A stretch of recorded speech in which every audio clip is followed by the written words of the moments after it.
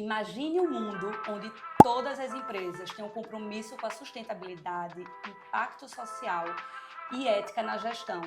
É um sonho a ser conquistado na sociedade atual.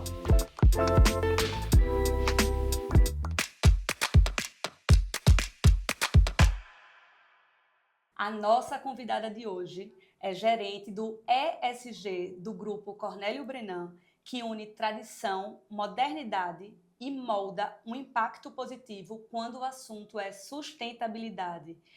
Bem-vinda, Paulina Sarubi. Obrigada, Manu. Que prazer ele ter aqui, viu? Prazer todo meu. Tô super animada nessa Também, pauta, também. que é um assunto que eu amo, né? Eu sei Eu disso. aprendo muito. Inclusive, quando eu estive lá na Vivix, eu aprendi bastante. E é um assunto que me move. A primeira pergunta que eu queria te fazer, o que é ESG? Porque a gente vai falar muito hoje sobre essa sigla, então eu queria que você possa nos explicar para os nossos ouvintes. Tá bom, Manu. Primeiro é um prazer estar conversando com você.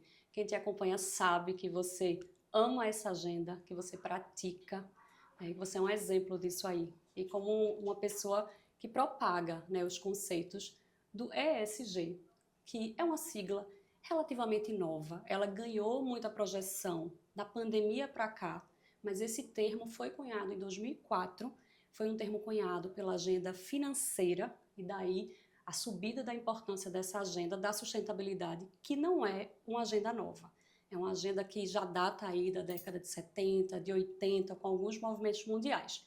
E em 2004, esse termo foi divulgado pela agenda financeira.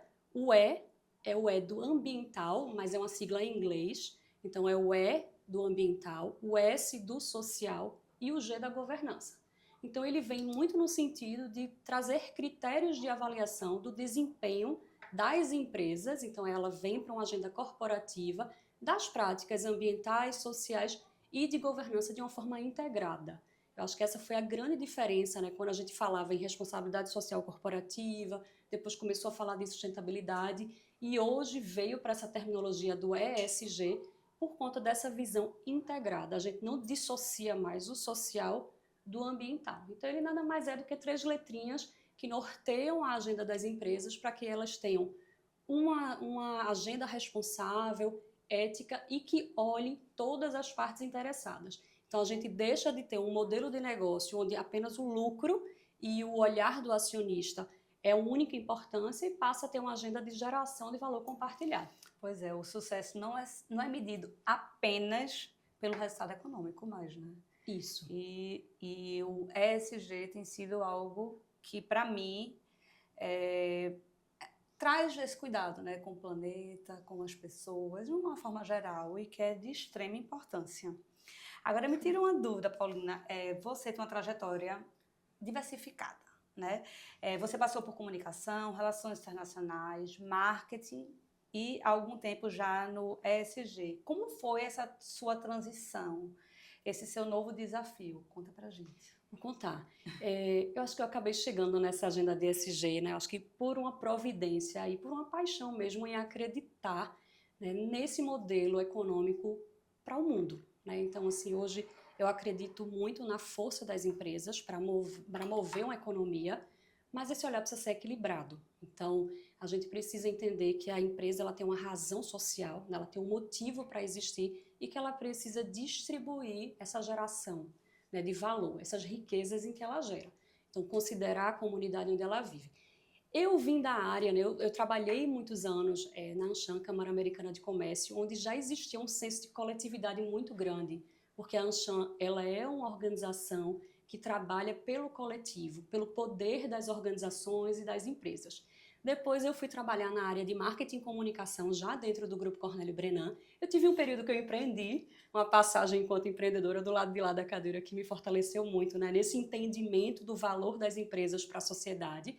Mas assim que eu entrei no Grupo Cornélio Brenan, eu trabalhei na área de comunicação e era um olhar de comunicação muito voltado para a comunidade. Entendi. Eu trabalhava especificamente na Iron House, que fazia grandes desenvolvimentos imobiliários, e a gente se importava muito do impacto daqueles negócios naquela comunidade. Então acabou que ali eu já tive uma relação forte com o S do social, né, que era entender o quanto a gente precisava considerar os interesses da sociedade. E aí depois eu migrei para a governança do grupo. Então foi quando eu vim para o G, e aí eu tive o privilégio de trabalhar junto com os acionistas do Grupo Cornélio Brenan, onde a gente trabalhava a parte de investimento social privado, a agenda filantrópica da família, e aí foi quando eu realmente me apaixonei por essa agenda. É apaixonante, né? É apaixonante. E do G eu vim para o ESG, né? Então foi a partir da família Cornélio Brenan, dos acionistas do grupo, que houve a decisão de instituir uma área. Então eu estava naquele momento dentro do G, dentro da governança, e eu defendia já muito essa agenda, conversava muito com eles, né, sobre a importância do olhar social, do olhar ambiental. E acabei tendo o privilégio aí de, junto com eles, criar e estruturar essa área de ESG para o grupo como um todo e seus negócios. Perfeito. Paulina, a gente tem uma manga, tome, que você fique à vontade. Tá. Foi enviada pelo grupo Frutaria. Eu amo essa manga, então assim, a hora que você quiser, pode se servir. Não tá aí só para você olhar. Tá lindíssima e deve estar uma delícia. Tá super docinha, tá maravilhosa. Ô Paulina, quais foram os principais desafios que você enfrentou ao entrar na área do ESG?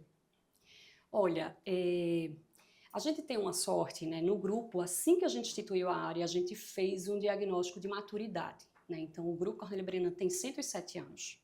Existe na essência do grupo, já a partir dos fundadores, um olhar muito voltado para a preservação ambiental, um olhar muito sensível para as relações duradouras. Então, a empresa que passa dos 100 anos, ela precisa ter ali alguns traços importantes.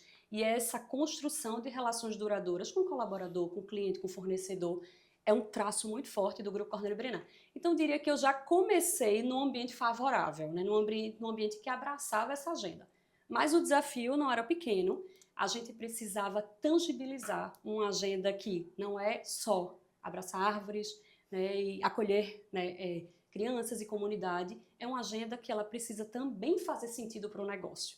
Né? Então, precisa ter um propósito, precisa ter um sentido, e esse sentido precisa fazer sentido para a empresa. Então, eu acho que assim, um dos primeiros desafios foi tangibilizar, né, essa agenda da sustentabilidade para que ela viesse para a estratégia, para o centro da estratégia e que não fossem mais práticas isoladas. Né? Uma empresa que tem boas práticas ambientais, boas práticas sociais, mas que ela tenha um olhar integrado e que tenha a sustentabilidade como centro. Né? Então, acho que foi esse um dos principais desafios, Manu. Pois envolver, né, a empresa. Porque assim, uma empresa centenária, né, e você vindo aí com essa modernização, né, uma coisa atual, né, e deve ter sido um grande desafio. Quais características da cultura organizacional do grupo favorecem a implementação das práticas de ESG para você? E quais têm sido as mais desafiadoras? Então, boa pergunta. Olha, eu acho que tem assim, quando a gente tem a construção da nossa estratégia de ESG, a gente tem na base os valores do grupo. E eu acho que tem um valor que é a integridade, né? Nós temos 4 valores: excelência, dinamismo, inovação e integridade. Então, acho que a integridade é a base de tudo para uma empresa que quer construir uma agenda de ESG verdadeira, consistente, genuína. Então, eu acho que esse, assim... Porque tem muita gente sabe, né, que existe... nem gosto de falar esse termo, mas existe o greenwashing. Sem né? dúvida, sem dúvida. E é algo que a gente tem que ter muito cuidado. Porque grandes empresas fazem do greenwashing. Sem dúvida, Né? existe, que é eu real. sei que não é o caso do Grupo Cornélio Brenan, porque a gente teve reuniões, conversou, eu pude ter conhecimento e, assim, é incrível de ver o trabalho que vocês fazem, que a gente vai falar por aí. Mas me fala, eu já te cortei, não foi? Não, mas é isso aí, assim, é muito, e eu acho que você trouxe um ponto importante, porque, assim, a gente tem a integridade e a gente tem a questão reputacional, né? Uma empresa que atravessa décadas, ela tem que preservar essa reputação que se perde em instantes se você começar a falar e divulgar algo que não é verdadeiro. O colaborador é o primeiro a dizer, ele olha para aquilo e fala, que está aqui não é bem assim. Então, a gente tem muito cuidado com cada passo que a gente dá, com cada passo que a gente divulga. E aí tem um desafio, assim, que é muito da característica do grupo, né, que você perguntou essa questão da característica, que é a descrição, né? O Grupo Cornélio Brenan, por natureza, é um grupo que tem uma abordagem mais discreta, Sim. né, no divulgar, no propagar. Então, a gente precisou passar por um processo de autoconhecimento, né, foi um grande diagnóstico que a gente fez no início da jornada ESG, de quase que provar para a gente mesmo de que aquilo era real, que a gente praticava. Que e aquilo gente existia. Existia, isso é nosso, essa agenda é nossa, ela é verdadeira. E que era importante essa divulgação para fazer um processo do positive pressure, né? Vamos fazer uma pressão positiva para que outras empresas de menor, de pequeno porte, adotem. Então, acho que foi aí que a gente fisgou um pouco da atenção de dizer, olha, gente, eu sei que a gente é discreto, mas talvez um pouquinho de, né, vamos aparecer um pouco mais para fazer dessa agenda algo que ganhe tamanho. Porque não é uma agenda isolada, né? Não adianta eu sozinha praticar. É um processo coletivo, né? É um movimento coletivo. Então, acho que esse foi um desafio, né? A gente tinha integridade, ou seja, o cuidado de divulgar o que era real e verdadeiro, e também, aos poucos, a gente foi contando um pouco mais para a sociedade o que era esse grupo, o que é que a gente acreditava, né? E como a gente compartilhava esse nosso valor. Perfeito. E como é que você enxerga, assim, a responsabilidade de levar essa visão moderna do ESG para um grupo econômico que já possui uma trajetória sólida e tradicional? Então, porque, né, não é fácil. Não é fácil. E, assim, é uma virada de chave na forma como a gente leva isso ao público, né? Eu acredito que quando ela é verdadeira, né, a coisa vai crescendo de forma orgânica. Um cuidado que a gente tem muito é de fazer uma jornada que vai crescendo aos poucos, né? A gente fala assim, ESG começa dentro de casa, né? Então, a gente não se apropriou de nada novo, né? Quando a gente começou a construir a nossa jornada, a gente disse, olha, vamos dar luz e dar força ao que a gente já faz. Então, a gente não trouxe nada de fora para dentro, né? Dizer assim, a gente precisa fazer isso agora porque essa agenda está na moda. Vamos surfar essa onda. Então, a gente se fortaleceu com base no que a gente já fazia. Então, eu acho que quando a gente adotou esse caminho do dentro para fora, ele foi ganhando respeito, né? Até da própria empresa. Então, as pessoas que viam ali diziam, a gente não está surfando a onda, a gente está só simplesmente fortalecendo algo que já é nosso. Sim. Então, acho que foi a maneira como a gente conseguiu passar por esse desafio, né, de uma empresa que já existe há mais de 100 anos e que agora a gente, né, adota uma agenda que é moderna, né, mas que está na essência, né, está na cultura do negócio. Perfeito. E como é liderar a agenda, né, do ESG de um grupo tão diversificado? Porque eles têm, assim, uma longa história, eles atuam em diferentes segmentos, né, energia renovável, indústria de vidros, desenvolvimento imobiliário. Tem algo mais? Nós temos uma joint venture no setor de cimentos. Pronto. E aí, como é que é, né, liderar essa agenda de um grupo tão diversificado relacionado a este tema? Olha, eu vou dizer que esse é o principal desafio da área de ESG e talvez de algumas outras áreas do grupo. A gente atua dentro da área de ESG, a gente atua, apesar de ter essa joint venture da Cimento Bravo, a gente atua na agenda ESG com os nossos 3 principais negócios que compõem o grupo. Certo. Então, a gente está falando de um setor de energias renováveis, né, de geração e comercialização, ou seja, tem o ESG já como parte, né, 100% da empresa. Já é da essência. Já é da essência, né, já é da essência. A gente tem uma área de desenvolvimento imobiliário que, apesar de ter um olhar, né, voltado para as pessoas, um desenvolvimento urbano inteligente, né, que integra a comunidade dentro do seu negócio, tem os seus desafios enquanto segmento, e a gente tem uma indústria de vidros planos, que é a mais moderna do Brasil, que é a única de capital nacional. Então, assim, ela vem também com um olhar, né, de indústria 4.0, de inovação, mas que também tem seus desafios na agenda ambiental. Então, assim, o nosso grande desafio é trazer uma cultura de Grupo Cornélio Brenan, fazer com que os 3 negócios, independente, né, do segmento que atue ou da velocidade, né, que poderiam dar aquela agenda, ele adote aquela agenda. Então, a gente precisa fazer com que os nossos 3 negócios falem uma língua, que é a linguagem, a cultura que o grupo quer passar, mas a gente precisa respeitar a particularidade de cada um dos segmentos. Então, assim, é sempre um depara, né? A gente sempre fala assim, a gente vai fazer um estudo de materialidade, que é definir nossos principais tópicos. A gente faz um para grupo e faz um individualmente para a Tiaia, um individualmente para a Iron House e um individualmente para a Vivix. Isso porque ela não é uma agenda, né, de copiar e colar. Sim. Né? A agenda de ESG, ela precisa entender ao negócio. Né? A dinâmica do negócio, o segmento em que atua, quais são seus principais riscos, quais são suas principais oportunidades. Então, assim, não dá para passar a régua e fazer algo comum. Então, esse olhar sempre do coletivo e do individual, eu diria que esse é um grande desafio da área DSG. Pois é, eu imagino. E, Paulina, a gente tem o suco de uva, é um suco de uva da OK, que ele é de frutas colhidas diariamente, sem adição de açúcar, sem conservante. Então, é assim, o suco da minha casa. É o suco da sua casa. É. Então, fique à vontade. Eu acho que está aberto. Eu até... Então, fique à vontade para se servir. Tá. Queria te perguntar mais sobre o relatório de sustentabilidade, né? Que é seu filho, seu terceiro filho, podemos falar assim? Quarto. É o sexto. Eu tenho 2 filhos e 4 relatórios, então é quase que 6 filhos. Que você trouxe aqui para mim, né? E eu queria que você falasse assim, qual é a importância do relatório de sustentabilidade, né, do Grupo Cornélio Brenan, porque esse relatório ele mostra, né, compromissos com diversas iniciativas de impactos positivos. Mas eu queria que você explicasse assim, num linguajar, para que as pessoas pudessem entender da importância de uma empresa ter esse relatório. Perfeito. Olha, eu brinco que assim é um filho, porque o processo de construção dele Vou pegar aqui, viu? Digo logo. É um processo de construção extremamente colaborativo. Então, assim, eu digo que é um filho meu, mas na verdade é um filho de muita gente. De muitas pessoas, muitas eu imagino, pessoas, lógico. muita gente.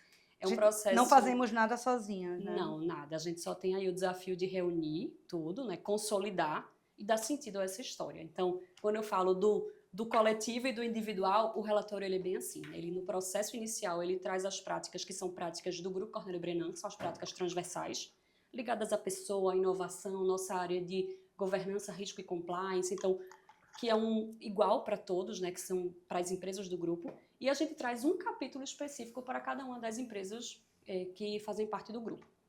Então, o relatório, ele é um processo muito relevante para o processo de prestação de contas e transparência. Né? Então, ele é uma ferramenta onde você está ali divulgando, prestando conta para os seus stakeholders, para as partes com quem você se relaciona, cliente, comunidade, fornecedores, como para os colaboradores, como você está endereçando as suas práticas sociais. Então, definitivamente, ele é uma ferramenta de transparência e prestação de contas. Mas, na minha opinião, ele é mais ainda uma ferramenta interna. Então, de fortalecimento de cultura. Então, no momento em que a empresa dá forma, né, reúne as suas práticas, coloca isso dentro, a gente chama framework, que é um modelo de relato, né? Dentro de um modelo de relato global, ou seja, é uma autodeclaração, eu falo o que eu quero, em tese é autodeclaração, eu coloco aqui o que eu quero. Mas existe um modelo a seguir, que é o que a gente chama do GRI, que é o Global Report Initiative, que é uma iniciativa internacional que diz, olha, para que o relato siga uma lógica, é importante que você passe por isso, por isso, por isso, que você relate a partir dos temas que são importantes e relevantes para a sociedade. Então, para o colaborador, né, para os nossos quase 1000 colaboradores, olhar esse produto, né, e ver o seu trabalho refletido, saber que você faz parte daquela construção e daquela cultura, para mim, eu acho que vale mais, né, do que até esse processo o padrão de um relatório, que é a transparência. Sim. Então, assim, eu diria que ele é mais até uma ferramenta, né, para dentro de casa e, obviamente, para você, para banco, para investidor, para fornecedor, para cliente. Então, é muitíssimo importante, né, assim, eu aconselho toda a empresa, eu digo, não precisa começar com um relatório de 100 páginas. Começa com um book. Esse aqui tem mais 200 e alguma coisa, né? É, pelo menos em PDF. Ah, não. 140 É porque páginas. em PDF, quando eu recebi, acho que eram 200 páginas. Eu digo, misericórdia, não vai dar tempo de... Mas eu já sabia de muita coisa, porque a gente tinha tido um encontro. Você viu na prática. Vi na prática, foi. Saí apaixonada. Apaixonada. É apaixonante, né? Muda tudo quando você vê, tudo. né, no solo. Mas é isso. Então, assim, acho que ele tem muita importância, né, para fornecedor, para a cadeia como um todo. Mas eu acho que para interno, assim, ele tem um significado especial, né, de a pessoa olhar e saber, eu faço parte disso, eu construí isso é verdadeiro, isso é real. Então, eu sempre aconselho as empresas, começa a relatar, né, de maneira como você entende que faz parte. Sim. Não precisa nem adotar. No primeiro relatório nosso, a gente não adotou o GRI, que é essa norma. A partir do segundo, a gente já fez o exercício de adotar. Já faz quanto tempo que vocês... Esse já é o quarto? Esse é o quarto. Então, o primeiro não entrou nessa norma, só a partir do segundo? A partir do segundo. E muita gente fica assim, será que eu preciso seguir no GR? Olha, é uma ótima prática, mas começa, né? Começa simples, é verdade. né? Vai ganhando. Se achar que no segundo não dá, mas assim, não é também um tema que é totalmente fora. É você ir seguindo ali aquele quase que um script para que também não seja algo, né, aleatório, que você divulgue como queira e o que queira. Mas assim, eu indico demais. Eu acho que é importante no processo de construção e é uma ferramenta de gestão. Né? Cada ano, quando a gente faz, a gente volta nos números do ano anterior e consegue olhar, poxa, aqui a gente avançou bem. Eita, aqui a gente podia ter avançado mais. Então, acho que ele é uma ferramenta de gestão importante nessa agenda. Verdade. Ô, Paulina, tu poderia compartilhar alguma iniciativa que você considera mais significativas, como programas de apoio à comunidade ou ação em prol da sustentabilidade? Uma delas. Eu sei que são muitas. Eu sei porque eu estive lá e eu vi, né? Mas assim, eu queria que você pudesse compartilhar pelo menos uma, assim, para os nossos ouvintes, que você considera essa é de extrema importância. Vale a pena. Eu vou escolher uma, porque eu acho que é a base de tudo, que é a educação. Então, nós temos um programa, né, ele passou agora em 2024 por um processo de expansão, é o programa Evoluir. É o nosso programa de educação de qualidade, que reflete aí uma das metas da ONU, que é o ODS 4. Esse programa, todas as nossas 3 empresas e o grupo, né, e a família também, tem o seu polo de educação em diversos territórios onde a gente atua.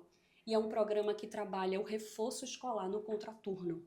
Então, ele tem como objetivo melhorar a qualidade da educação básica, do português, da matemática, trabalhar habilidades socioemocionais daquelas crianças e jovens que fazem parte do programa. Ele tem uma trilha de descoberta, que é uma trilha onde a gente pode trazer temas de sustentabilidade e fazer com que aquilo ali faça parte do processo de formação e educação do aluno. E ele trabalha a questão da distorção escolar, né? Então, é a distorção, que é um dos indicadores educacionais, que é a distorção idade-série. Então, a gente vê que existe, né, em alguns municípios onde a gente atua uma defasagem, né, nessa distorção. Então, crianças que estão ali na 2ª série, mas que têm um nível de aprendizagem inferior. Então, ele é lindo. A gente faz ele em parceria com o Alicerce Educação, que é uma empresa de impacto social, né, que trabalha esse tema, né, que tem essa metodologia muito bem criada. E a gente agora, em 2004, a gente conseguiu levar esse programa para mais 3 territórios nossos em Pernambuco, que foi Goiânia. Então, a Vivix está criando, né, instalando um polo de educação, do Evoluir, em Tacaimbó, que é o nosso novo território, que é a nossa chegada no agreste pernambucano, e a ampliação desse programa na Várzea, que é onde é a nossa bairro sede, que a gente já tinha e a gente ampliou agora em 24. Então, assim, digamos que ele é o xodó nosso, ele cresceu esse ano e a gente ficou feliz com esse crescimento. Não, é impossível não ficar feliz, né? Porque fazer o bem é maravilhoso, né? Poderia compartilhar também algum projeto ou iniciativa, mais um, né, que você considera impactante, né, que seja um exemplo para as outras empresas? Vamos mais lá. um, mais um, né? mais um.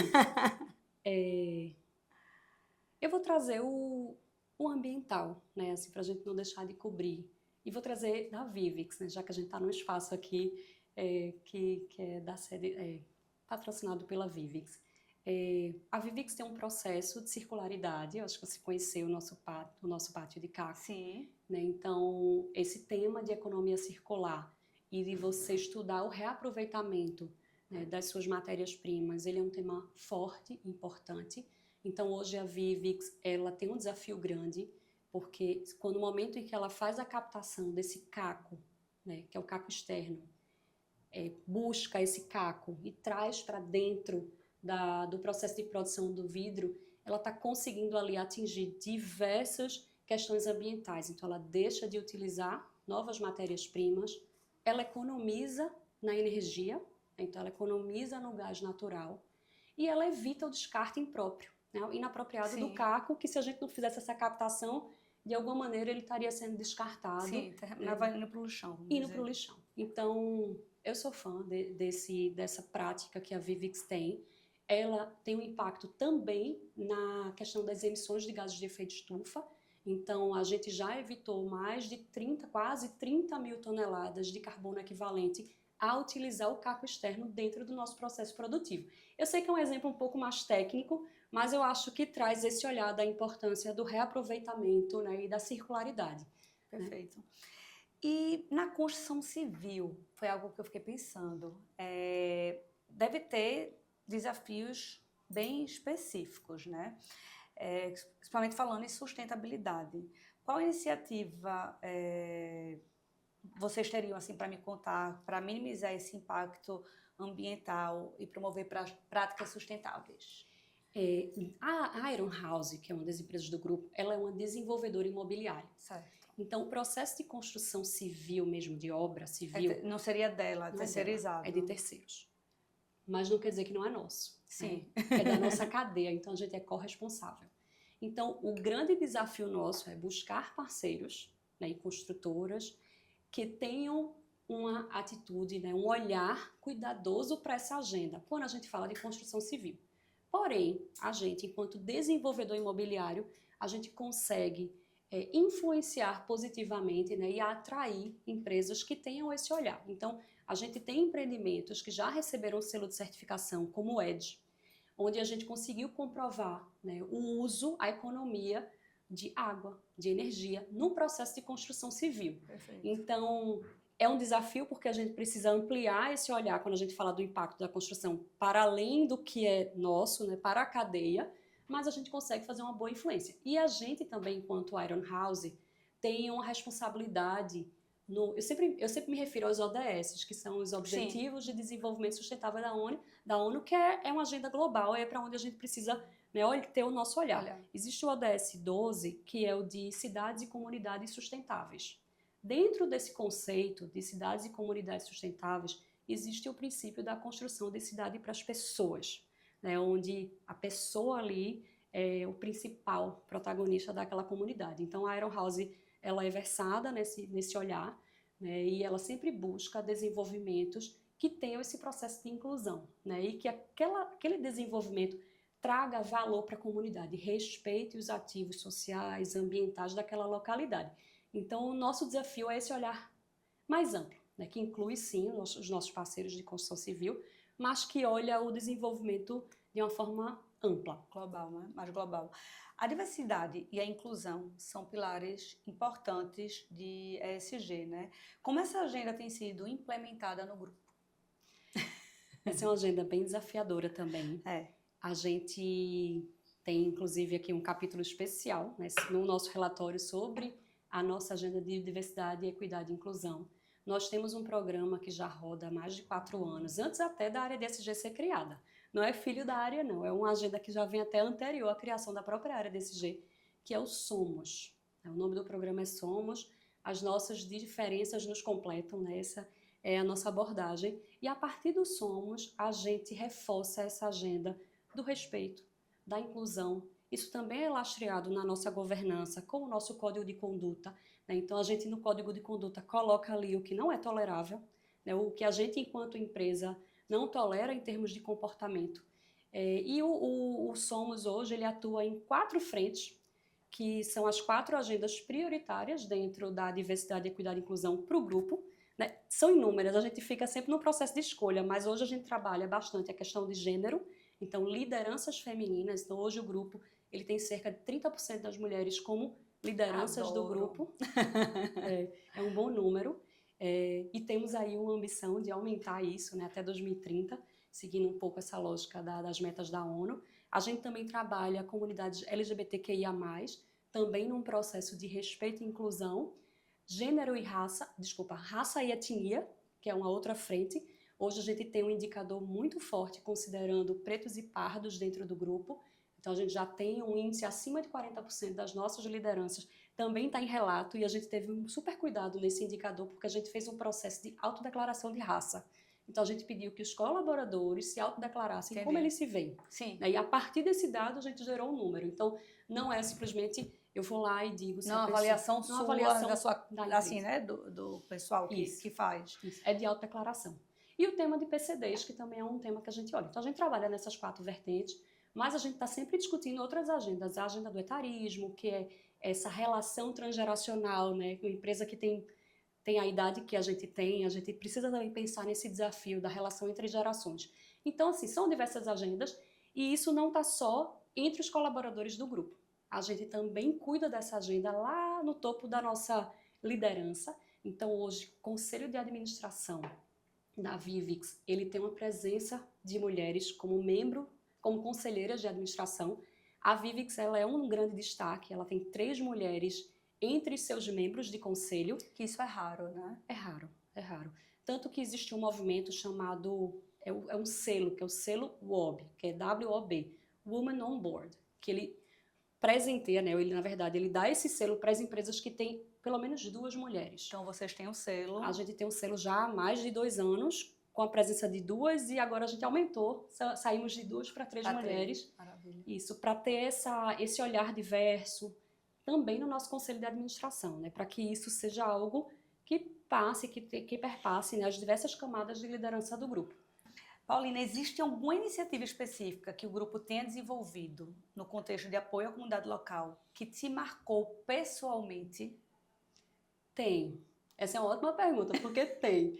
E aí tem uma historinha super rápida, mas que eu acho que vale. Na pandemia, quando houve a pandemia, que eu acho que essa agenda acabou crescendo globalmente, né, a agenda de ESG, eu estava na governança do grupo. E a família, né, que abraçou essa pauta de acolhimento à comunidade.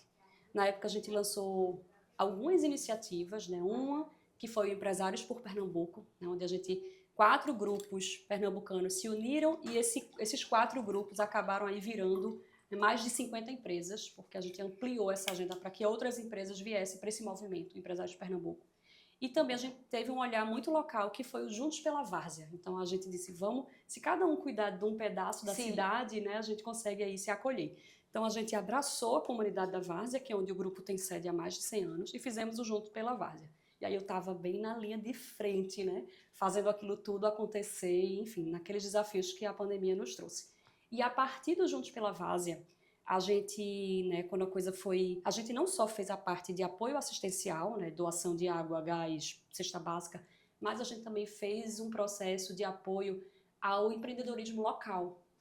Então, a gente ali digitalizou pequenos negócios do bairro, né, que não sabiam vender por WhatsApp, que não tinham canais digitais. Então, a gente transformou aquela empresa que era física em virtual.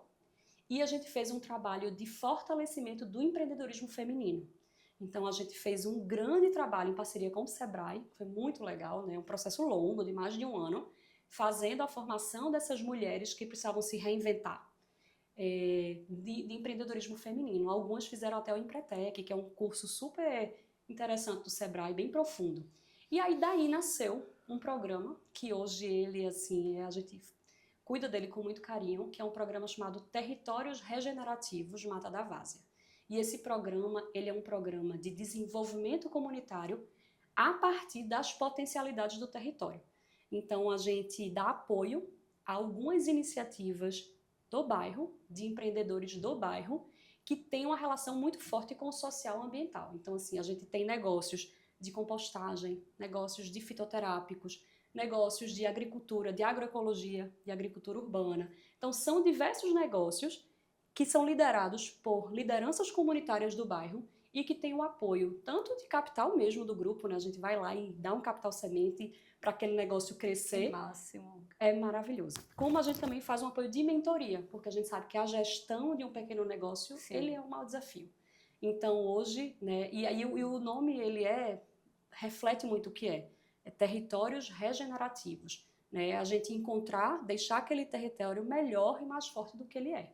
Então, esse projeto, né, eu vi nascer, que você falou pessoal, é porque eu vi ele nascer, estava ali, né, desenhando com parceiros. A gente tem 2 parceiros, que é a Passful 21 e a Trem Investindo com Causa. Então, ele tem um viés, né, de um olhar financeiro dentro desse projeto, que é a sustentabilidade, né, o que vai deixar essa ideia de pé. E ele está crescendo, está ganhando força e tem o protagonismo da comunidade. Então, assim, ver essa comunidade hoje perto da gente, né, e entender que a gente está colocando esse nosso valor, que é o empreendedorismo, para negócios do bem, é muito satisfatório. Assim, Não tenho dúvida. É lindíssimo o programa. Ô, Paulina, você é presidente do Comitê Estratégico de ESG da AmCham, não é isso? Isso. Você tem um panorama privilegiado, né, sobre o movimento de ESG na região. Como você vê a evolução desse tema no cenário empresarial de Pernambuco e do Nordeste? Olha, eu vejo com muito ânimo, né? A gente, logicamente, ali em 21 e 22 a gente teve um grande boom dessa agenda, mas a agenda ela continua forte, né, permanente, principalmente aqui na nossa região, porque a gente não pode abandonar, né? A sigla ela fica mais forte, fica mais fraca, mas a agenda aqui precisa permanecer forte, independente do nome e como a gente batize. O comitê ele foi criado em 22. E a gente, quando a AmCham veio com essa ideia de criar e estruturar o comitê de ESG, a gente já teve ali um forte engajamento, né, de empresas que queriam saber.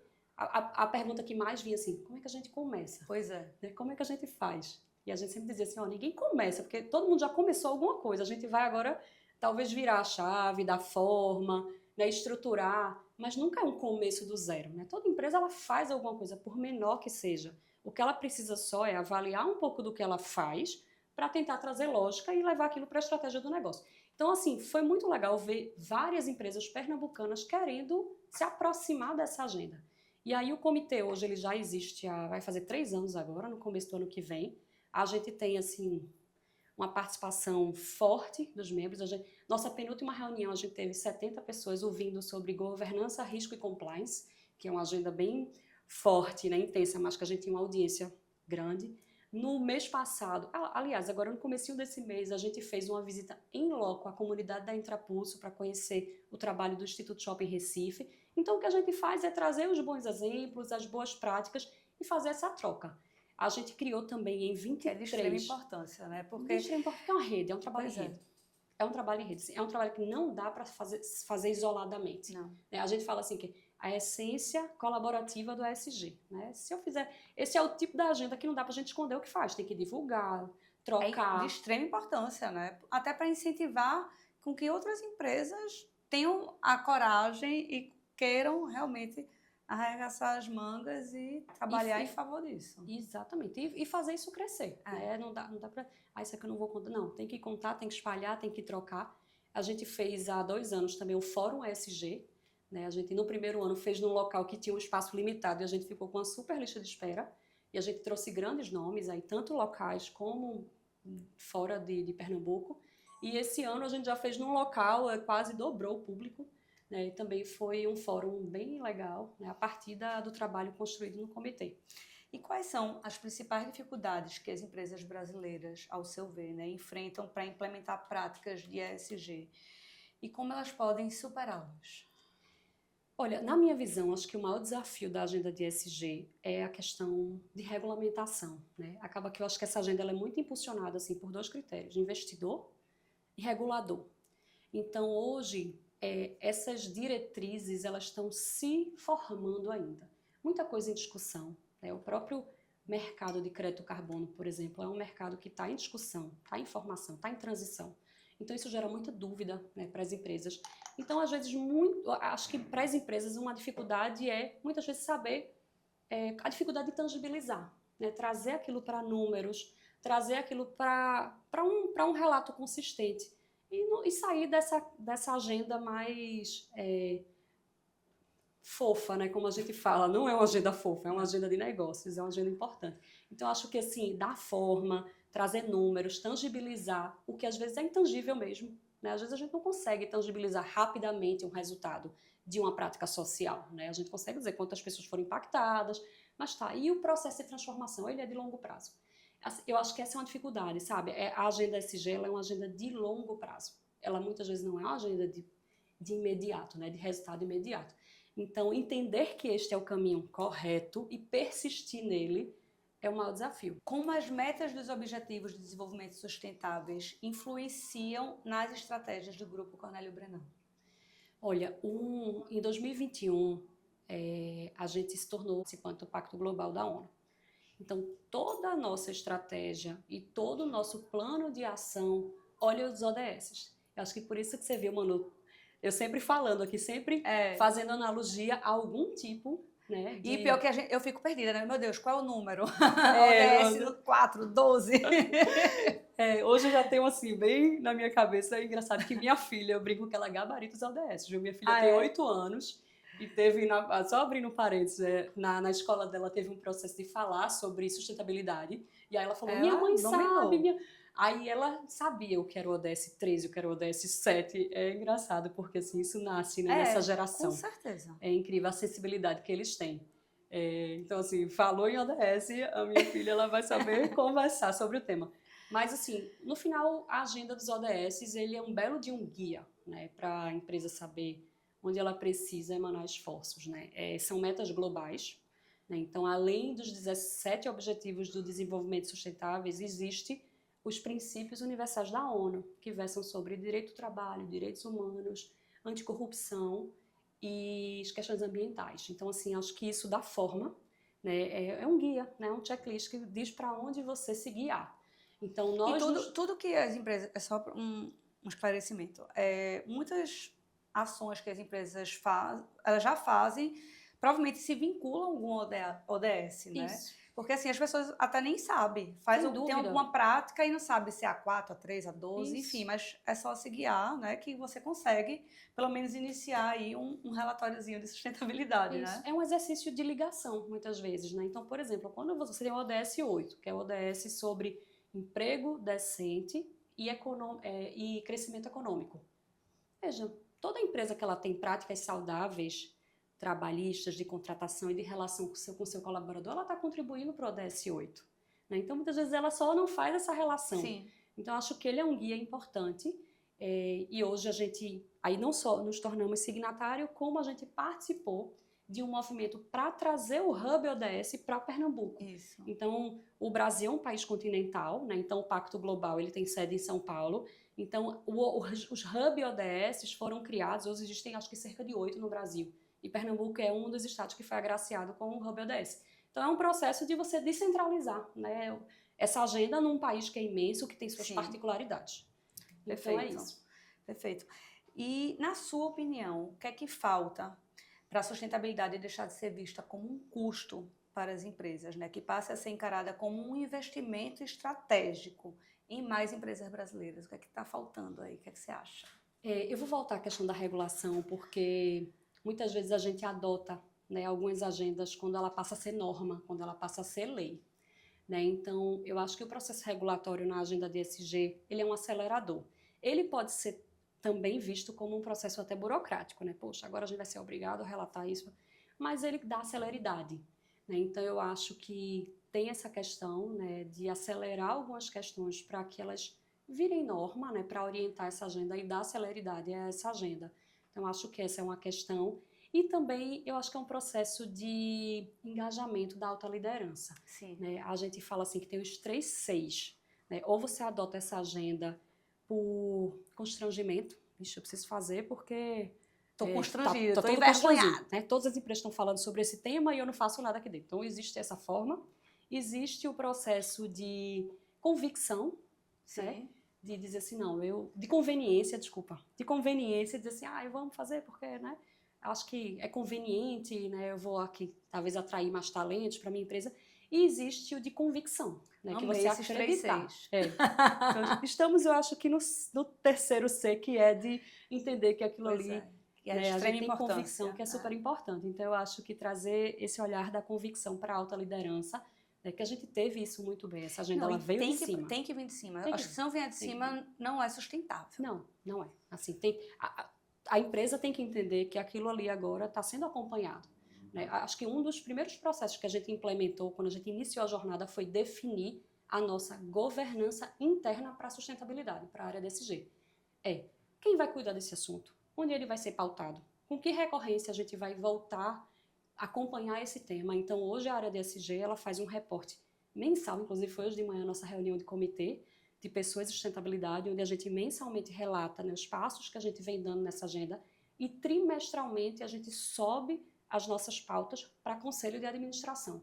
Então, amarrar isso numa alta liderança. E aí, se for uma empresa menor, né, que esteja nos ouvindo, dizer assim, mas a gente não tem conselho, não tem comitê. Reunião de alta liderança, reunião de gestores. Onde estiver o processo decisório, que essa seja uma agenda de acompanhamento. Então, acho que esse engajamento da alta liderança, né, de uma forma massificada, é o que falta, talvez, para esse crescimento coletivo da agenda. É verdade. Paulina, estamos chegando ao final, mas assim, eu queria falar um pouco sobre o seu lado pessoal, né? Além da sua carreira brilhante, você também é mãe de 2 filhos, né? Um casal? É um casal. É um casal. Como você equilibra o desafio de uma carreira tão intensa com a maternidade e a vida pessoal? Eu acho que é um desafio para toda mulher, né? Equilibrar esses pratinhos. Mas eu acho que quando a gente está perto do nosso propósito, a gente consegue ali administrar bem, né? Meus filhos dão propósito à minha vida e meu trabalho dá um propósito para eu criar meus filhos, né? Então eu acho que as duas coisas se retroalimentam, né? Então, quando eu sei que eu estou trabalhando em prol de um planeta melhor, de uma sociedade mais justa, né, eu volto para casa mais feliz, né? Então, e quando eu vejo, por exemplo, minha filha tem 8 anos, meu filho tem 1, foi uma distância grande. Sabendo de tudo de ODS. Sabendo tudo é meu orgulho, né? Dia do meio ambiente, ela vai cheia de planta na cabeça, com os cubinhos dos ODS, né? Ela fala sobre o ODS 13, que é o de ação contra a mudança global do clima. Ela diz que o ODS 7 é o de energias renováveis, é o que ajuda o ODS 13. Então, quando eu vejo ela tendo esse entendimento, né? Isso dá esperança para a gente ver um mundo melhor, mais justo. Eu preciso ter uma conversa com ela para eu ter uma aula com ela. Então, acho que um vai dando orgulho para o outro e a gente vai conseguindo aí equilibrar, né, esses desafios. É um desafio em tanto, né? É. Para quem está começando agora na área de ESG, quais habilidades você considera essenciais e quais conselhos você daria para quem deseja atuar nessa área? Um curso, um livro? Dê as suas dicas. Vamos lá. Primeiro, eu acho que equilíbrio em posicionamento, né? Então, assim, quando a gente quer ver essa agenda crescer, a gente não pode ser radical, né? Para os lados. A gente precisa circular e dialogar com os diversos públicos, porque essa é uma agenda de diversas partes relacionadas.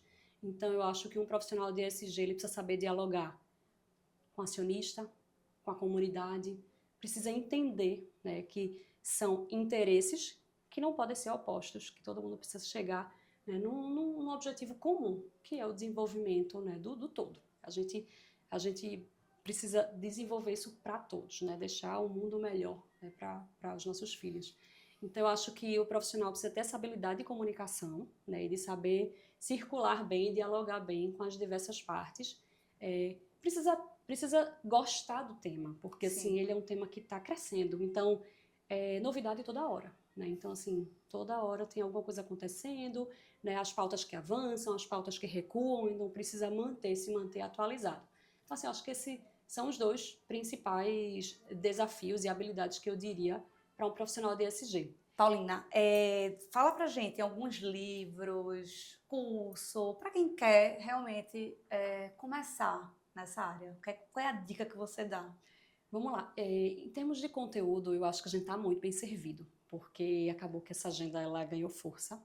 Então, hoje a gente tem uma oferta, inclusive gratuita, né, de muito conteúdo relacionado a ESG.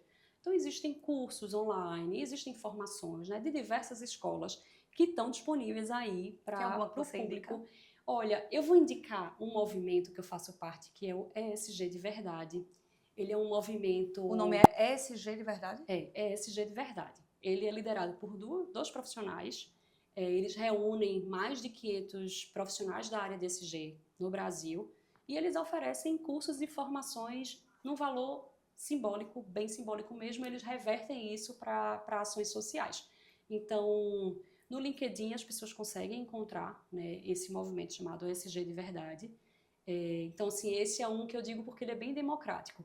Mas a própria Anshan oferece formação e cursos de ESG. O IBGC, que é o Instituto Brasileiro de Governança Corporativa, também tem pautado. Foi a primeira formação que eu fiz, foi no IBGC, porque a gente sempre diz que o ESG começa no G, da governança, que é onde você está ali fazendo aquela preservação de valor do negócio. Então, eu fiz uma formação importante dentro do IBGC, né, e existem hoje inúmeras escolas, né, que oferecem. Então, assim, eu diria que aqui localmente a gente tem a Anshan, tem o próprio Hub ODS. O Hub ODS é um movimento gratuito. Quem quiser, acho que isso é importante para o público, quem quiser se aproximar dessa agenda, seja via Anshan, se é uma empresa associada, ou via Hub ODS, que é essa representação local do Pacto Global. A adesão ao Hub ela é gratuita, só se tornar signatário do pacto que envolve um compromisso financeiro, Certo. mas o Hub é gratuito. E aí você começa esse processo de troca. E livro, nós temos alguns clássicos, como o Green Swan, que é um livro bem clássico. A gente pode deixar aqui, não sei se na legenda a gente depois Eu coloco os nomes coloca todos. os nomes. Tem o próprio livro do Capitalismo Consciente. O Capitalismo Sim, Consciente, verdade. boa, eu acho que é um movimento também importante. E ele é um movimento que tem sede aqui no Brasil, né? Ele é um movimento de fora, mas que veio para o Brasil e que ele tem uma unidade regional, um Que conselho regional. você faz parte também. Faço parte também. Hoje eu componho o conselho com outras pessoas aqui do Nordeste. É um capítulo Nordeste do Capitalismo Consciente, que ele justamente prega essa visão, né, de uma empresa que olhe, que tenha uma orientação para stakeholders, que trabalhe uma cultura e uma liderança para a sustentabilidade. Então tem um livro clássico, que é o livro amarelo, Sim, sim. do Capitalismo Consciente, acho que você já deve ter visto, Já. né, que também é um bom começo. Tem o Impacto Positivo, que é o livro de Paul Pullman, e tem um livro muito recente agora, que é inclusive o que está comigo, que é o Humanidade. Não é um livro diretamente de ESG, mas ele também traz uma abordagem importante sobre essa questão dos movimentos liderados pela humanidade. Então tem alguns livros aí que nos aproximam um pouco não, bastante dessa agenda. Perfeito. Amei as dicas, viu? Paulina, você quer falar suas redes sociais? Não sei se sua rede social é aberta, se é fechada, se seria a rede do grupo. Fique à vontade. Tá. Fale suas redes, o que é que você, se alguém quiser, enfim, lhe seguir, conhecer, tirar alguma dúvida, fale aí para os nossos ouvintes. Tá bom, Manu. Olha, a rede social que eu mais uso para propagar, né, as nossas práticas de ESG é o LinkedIn, Certo. que é Paulina Sarup Cisneiros. Acho que dá para encontrar no LinkedIn, onde eu sempre estou colocando, né, conteúdo e ações que a gente vem colocando em prática no Grupo Cornélio Brenan e nas nossas empresas, a Tiaia Vivix e Iron House. A minha rede pessoal no Instagram, ela é bem discreta. Eu acabo postando um pouco, então acho que eu prefiro concentrar no LinkedIn, que é onde eu divulgo mais, né, essas agendas relacionadas a ESG. Perfeito. Obrigadíssima. Obrigada, foi um você prazer. ter vindo. Foi um prazer eu enorme. Amei. Já vou precisar anotar tudo que você falou, porque eu tenho vontade assim de estudar, de entender mais. Porque tudo que acontece no meu dia a dia é muito feeling, né? Então, feeling, são coisas que eu acho que é importante a gente fazer na minha casa, no meu restaurante, mas é algo que eu tenho interesse de me aprofundar. Então, os livros e os cursos vão ser bem-vindos. Mas o mais importante você já tem, que é essa prática genuína, né? Que é esse olhar, essa sensibilidade para essa agenda. É verdade, é verdade. O mais importante, é a base de tudo. E aí vai aperfeiçoando, trazendo um pouco mais de forma, né, para fortalecer, né, para dar consistência. Mas o mais importante você já tem, a sua prática. Não se esqueçam de se inscrever no YouTube, de curtir o episódio, de compartilhar. Gente, esse é um assunto, assim, interessantíssimo. Vamos fazer esse episódio aí bombar. Tem também nosso Instagram, @sigamanocast. Até o próximo episódio. Tchau!